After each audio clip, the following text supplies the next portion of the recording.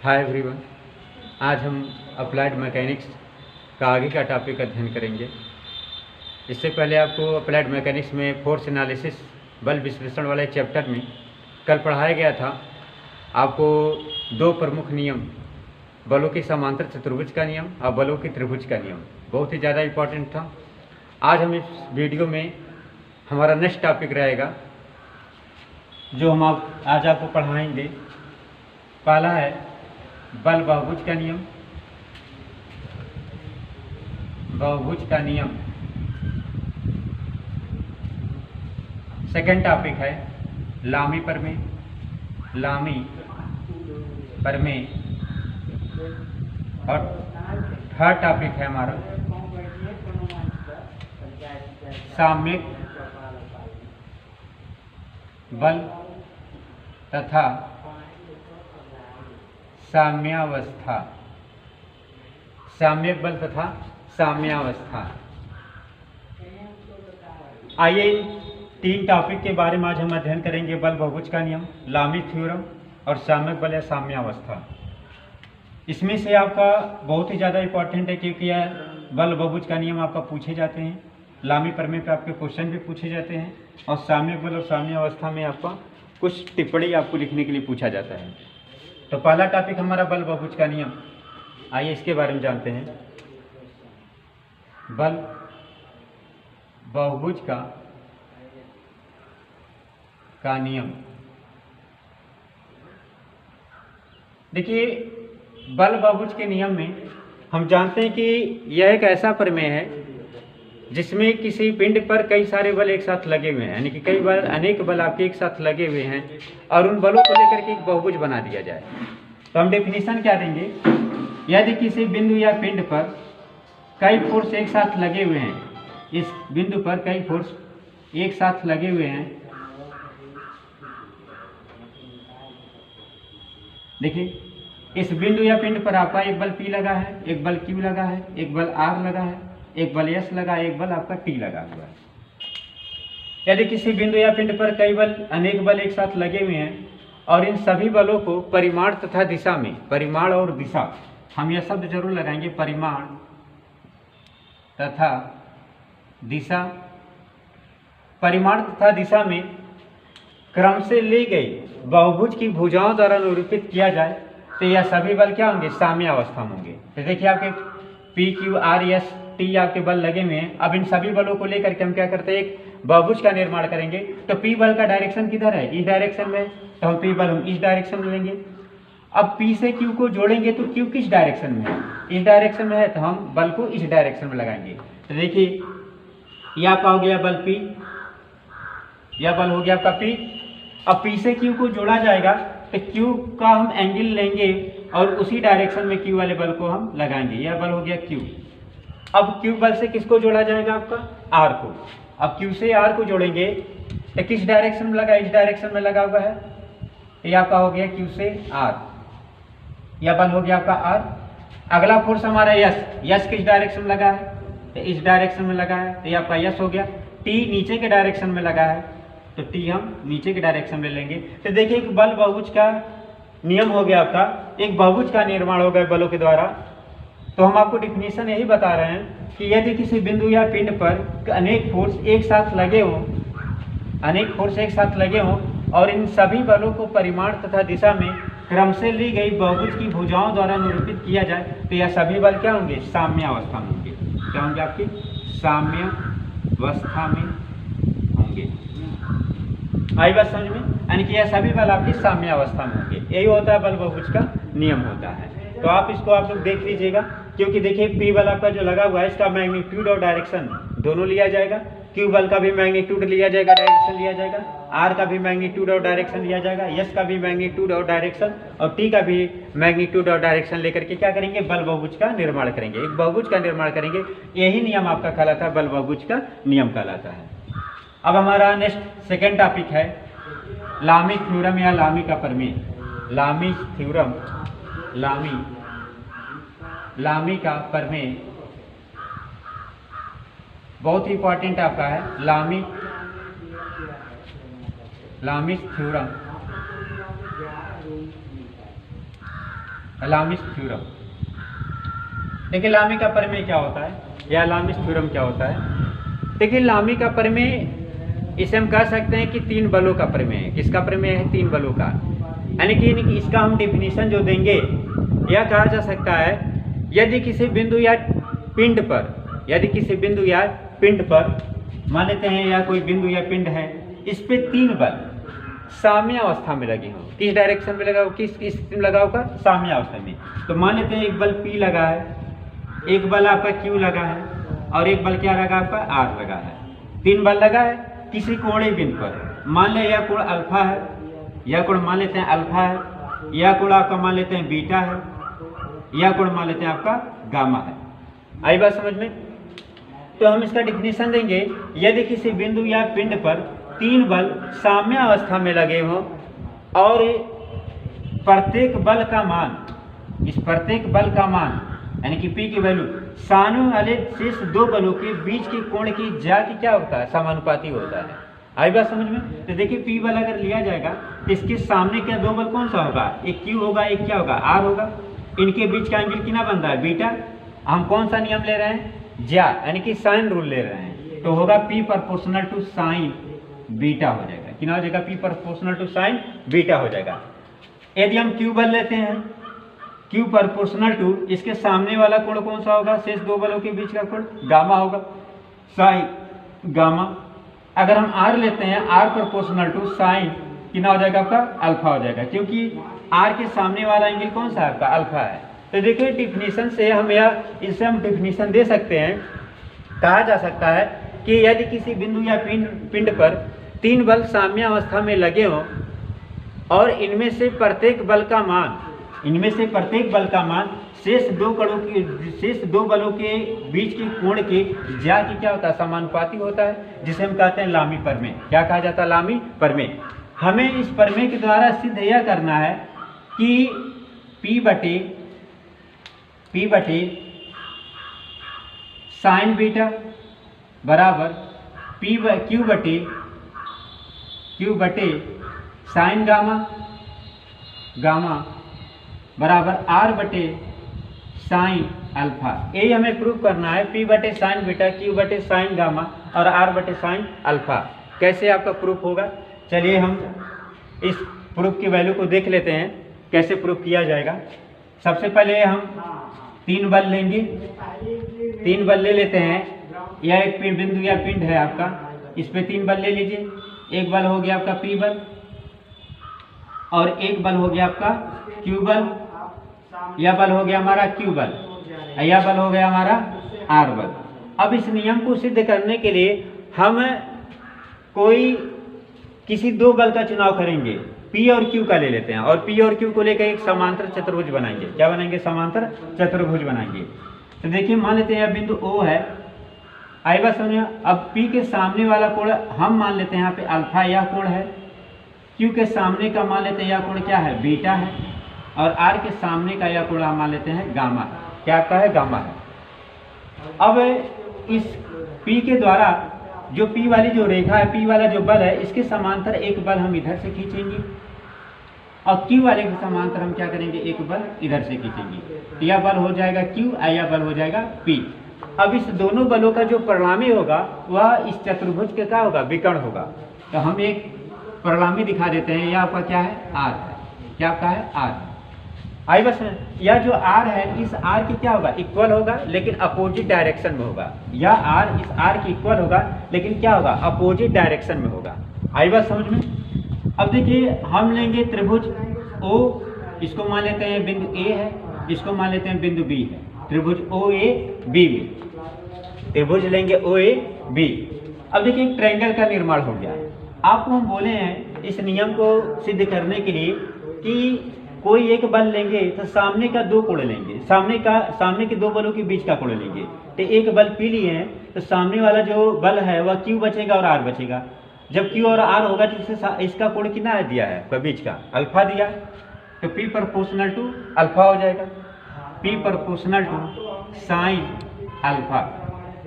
इसको कह सकते हैं अगर प्रोपोर्शनल को हटाएंगे तो P बराबर होगा K साइन अल्फा, या K बराबर होगा P अपन कितना हो जाएगा? Sine alpha. इसी प्रकार के की वैल्यू क्यू के लिए निकाल लीजिए, फिर के की वैल्यू आर के लिए निकाल लीजिए और के को बराबर करेंगे तो पी बटे साइन अल्फा बराबर क्यू बटे साइन बीटा बराबर क्यू बटे साइन बीटा बराबर आर बटे साइन गामा आपका प्रूफ हो जाएगा।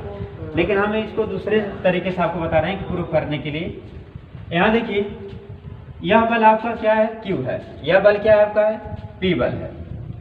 यह जो बल आपका है पी, देखिए क्यू से पी के बीच का कोण देखेंगे कितना हमारा बन रहा है। क्यू से पी के बीच का कोण देख लीजिए, इस तीन बल में यह बल पी है, यह बल क्या है, क्यू है।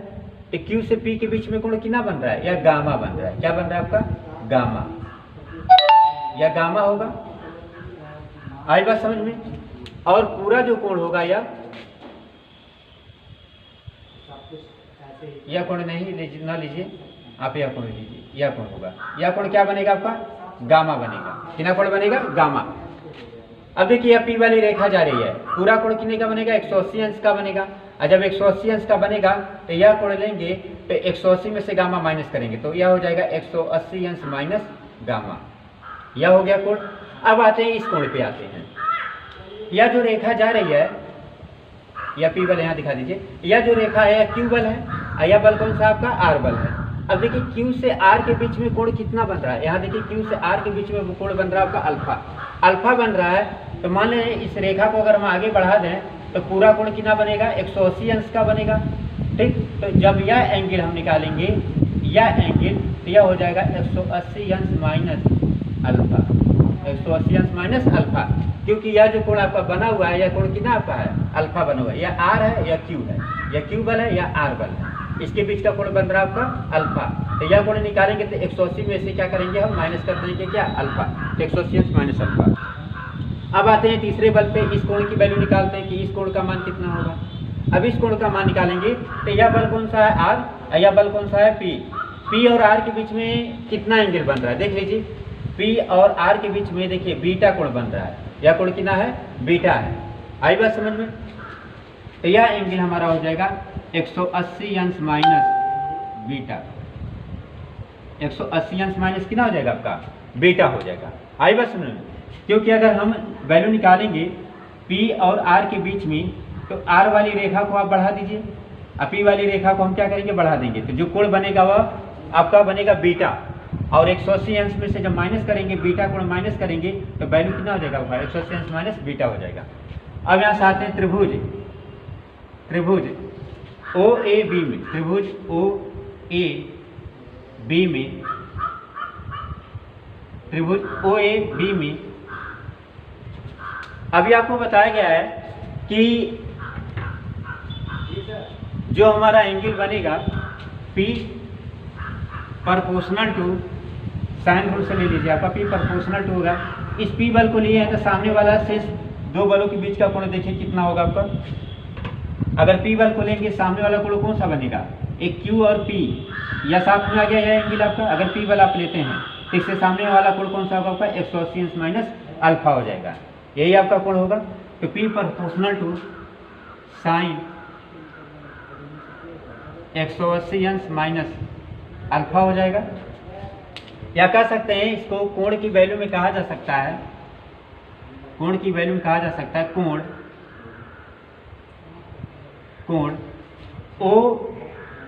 OBA, कोण OBA, कोण OBA की जो वैल्यू है कि ना 180 अंश माइनस अल्फा दिया गया है, तो 180 अंश माइनस अल्फा ले लेंगे। तो P प्रोपोर्शनल टू साइन 180 अंश माइनस अल्फा। अगर साइन 180 अंश माइनस थीटा बराबर क्या होता है आपका, साइन थीटा होता है, क्योंकि जब 90 डिग्री से अधिक जाएंगे तो साइन में जाएंगे, यहाँ साइन प्लस होता है, यह पूरा 180 अंश का कोण बनाता है। ठीक, और 180 में ट्रिग्नोमेट्री वैल्यू चेंज नहीं होती है, तो साइन साइन में ही रहेगा, लेकिन साइन इसमें प्लस होता है तो क्या हो जाएगा, P proportional to sine alpha, या P बराबर लिखेंगे K साइन अल्फा, तो K बराबर क्या होगा, P बटे साइन अल्फा, यह वैल्यू हो जाएगा आपका K की वैल्यू। अब इसी प्रकार आते हैं Q के लिए आएंगे, Q के लिए वैल्यू कितना हो जाएगा, तो Q बल आपका यहाँ पे लगा हुआ है, देखिए लिखेंगे Q प्रोपोर्शनल टू कोण, कौन सा कोण लेंगे, अगर Q बल लिया जाए, देखिए Q बल कहाँ पे है, यहाँ पे है, तो क्यू बल यह लेंगे, इसके सामने वाला कोण कौन सा पड़ेगा 180 माइनस बीटा, यानी कि कोण की वैल्यू लिखेंगे त्रिभुज या कोण BOA, कोण BOA या Q प्रोपोर्शनल टू साइन, कोण BOA की वैल्यू कितना दिया है 180 अंश माइनस बीटा, या लिखेंगे Q बराबर K साइन बीटा, तो K बराबर क्या होगा Q बटे साइन बीटा, Q बटे कितना हो जाएगा साइन बीटा। अब इसी प्रकार आप R के लिए लेंगे वैल्यू, अब R के लिए ले लेते हैं, R के लिए हमारा वैल्यू हो जाएगा R, लिखेंगे R प्रोपोर्शनल टू कितना एंगल बनेगा, R बल कहाँ पे है यहाँ पे है, तो जब हम R बल लेंगे तो शेष दो बल कौन सा बचेगा P और Q बचेगा, तो P बल यह है और Q बल यह है, P और Q के बीच का कोण कितना बना 180 अंश माइनस गामा, 180 अंश माइनस गामा, अंश है आपका ये पूरा, हो जाएगा कोण OAB,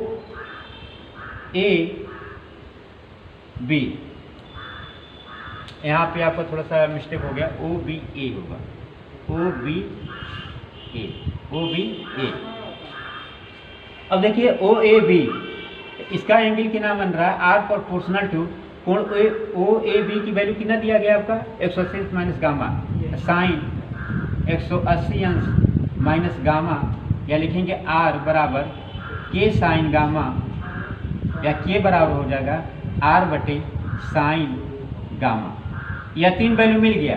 अब देखिए इन तीनों वैल्यू को K को बराबर कर दीजिए, यह समीकरण 1 है, यह समीकरण 2 है, यह समीकरण आपका 3 है।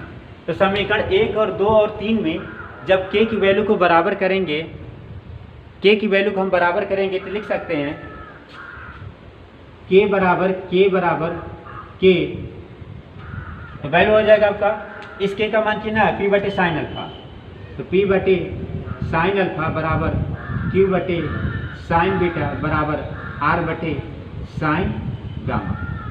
यह हमारा हो गया साइन रूल से आपका लामी प्रमेय को प्रूव करने के लिए, यानी कि इस नियम के अनुसार हम कह सकते हैं यदि किसी पिंड या किसी बिंदु पर तीन बल साम्यावस्था में लगे हुए हैं तो प्रत्येक बल शेष दो बलों के बीच के कोण के जाके क्या होता है समानुपाती होता है, यही आपका होता है लामी प्रमेय। तो ये आपका लामी प्रमेय आपका प्रूफ हो गया। इसी पे आप क्या करेंगे न्यूमेरिकल लगाएंगे। जब लामी प्रमेय में वहीं पे लगाएंगे जब आपका दो बल दिया हो, दो एंगल दिया हो, या दो बल दिया है तीनों एंगल दिया गया है और आर का मान पूछे तो आर की वैल्यू क्या कर सकते हैं हम आसानी से निकाल सकते हैं। यह हो गया आपका लामी प्रमेय, इसको लिख लीजिए आप लोग।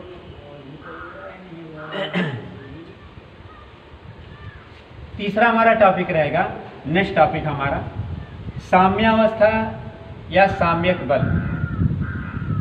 साम्यावस्था या साम्यक बल, देखिए साम्यावस्था और साम्यक बल क्या होता है। थर्ड टॉपिक है हमारा साम्यावस्था तथा साम्यक बल। इसे कहते हैं इक्विलिब्रियम फोर्स या इक्विलिब्रियन। साम्यावस्था को इंग्लिश में कहते हैं इक्विलिब्रियन और साम्यक बल को कहते हैं इक्विलिब्रियम फोर्स कहा जाता है। देखिए साम्यावस्था साम्यक बल क्या होता है, इसका हम डिफिनेशन देंगे। पहले हम साम्यक बल जानते हैं। साम्यक बल इक्विलिब्रियम फोर्स होता क्या है। देखिए यदि किसी पिंड पर लगा हुआ ऐसा बल, किसी पिंड पर लगा हुआ ऐसा बल, मान लेते हैं कोई पिंड है, इस पिंड पे लगा हुआ ऐसा बल जो अन्य बलों के साथ मिल करके इस पिंड को अस्थायित्व प्रदान करता है, उसे हम कहते हैं साम्यक बल। क्या कहा जाता है? साम्यक बल। जैसे मान लीजिए इस पिंड पे कई बल आपके लगे हुए हैं, जैसे कई बल आपके लगे हुए हैं। अब इन कई बलों के सापेक्ष में एक बल ऐसा लगा दीजिए जो पिंड को क्या करे, साम्यावस्था में लगा दे, यानी कि साम्यावस्था में ला दे, या फिर हम कह सकते हैं कि इसको स्थिर अवस्था में ला दे या तो गतिक अवस्था में ला दे। इसको कहते हैं साम्यक बल। और पिंड की इस स्थिति को कहा जाता है साम्यावस्था कहा जाता है। तो देखिए यहाँ पे कैसे हम डिफाइन करेंगे साम्यक बल को। किसी पिंड पे लगा हुआ ऐसा बल जो अन्य बलों के साथ मिलकर के पिंड को साम्यावस्था में लाने का प्रयास करता है, उसे हम साम्यक बल बोलते हैं। और पिंड की यह स्थिति साम्यावस्था कहलाती है। साम्यावस्था किसी पिंड की दो प्रकार की होती है। साम्यावस्था अवस्था किसी भी पिंड के लिए दो प्रकार की होती हैं। पहला होता है गतिक साम्यावस्था और दूसरा होता है स्थैतिक साम्यावस्था।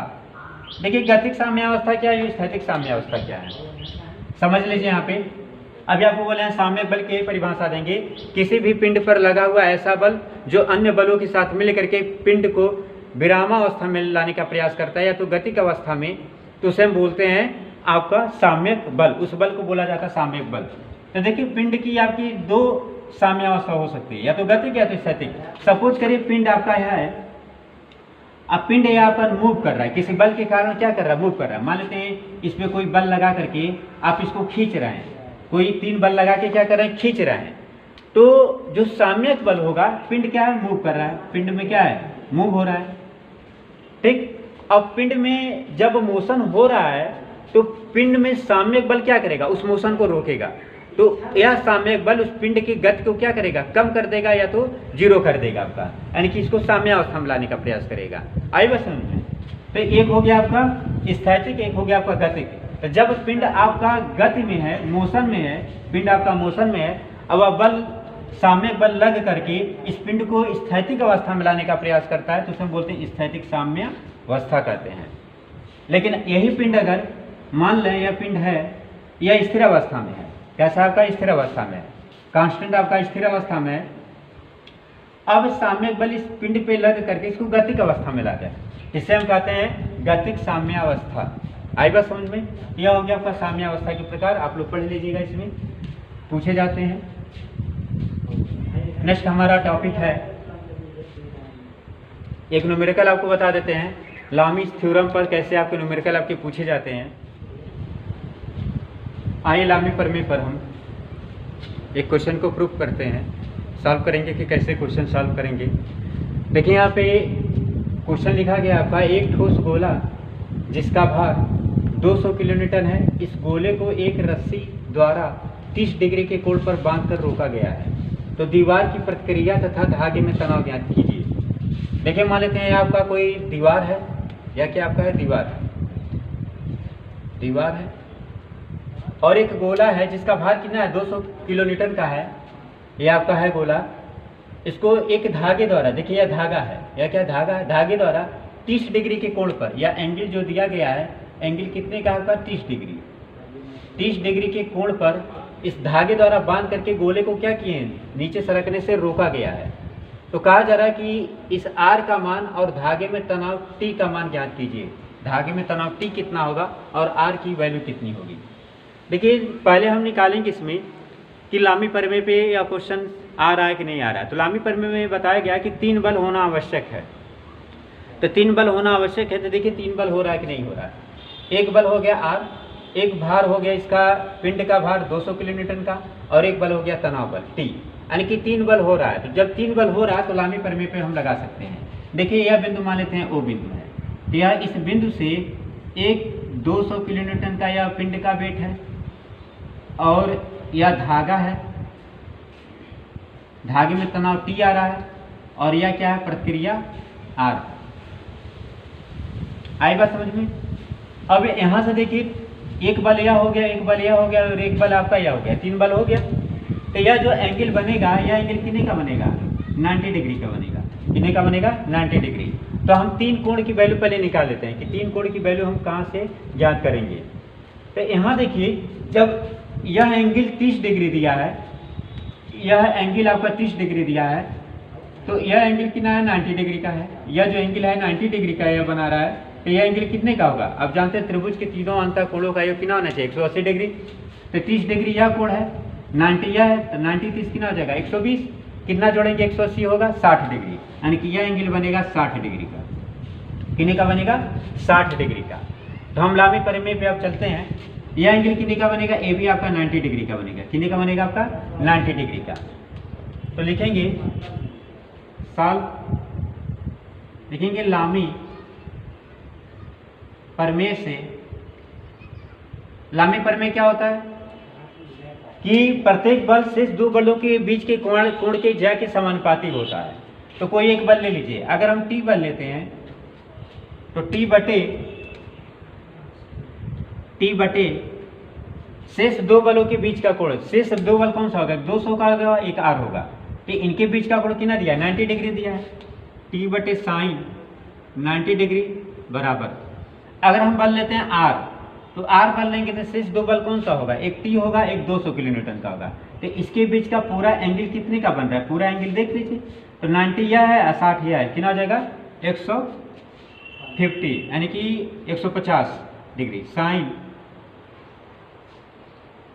90 प्लस 60 इक्वल टू, अगर 200 किलो न्यूटन का भार लेते हैं, 200 किलो न्यूटन का, तो शेष दो बल कौन सा बचेगा, एक टी बचेगा, एक आर बचेगा। अब इसके बीच का कोण या फाइंड कर लेते हैं।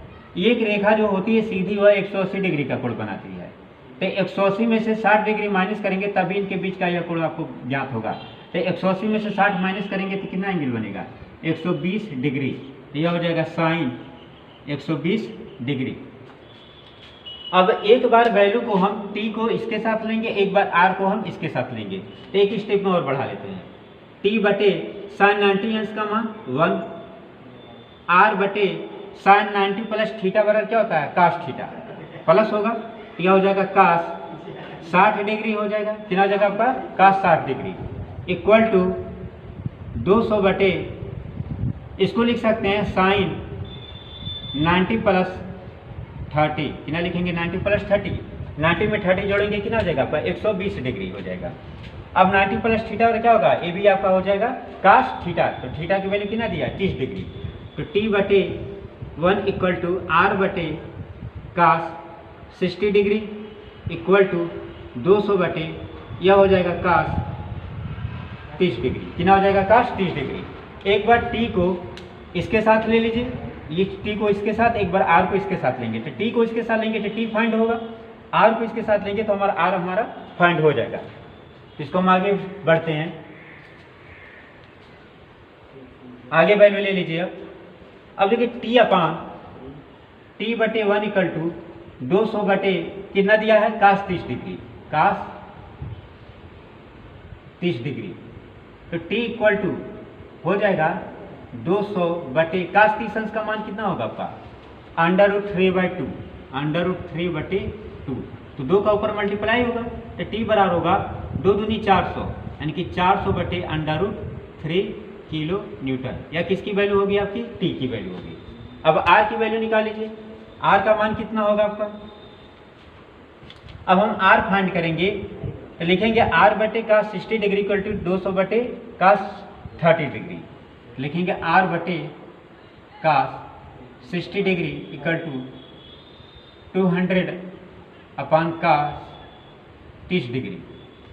अब देखिए आर बटे कास 60 डिग्री की वैल्यू 1/2, कास 60 अंश का मान होता है 1/2 इक्वल टू 200 बटे, और कास 30 अंश का मान होगा √3/2, √3/2।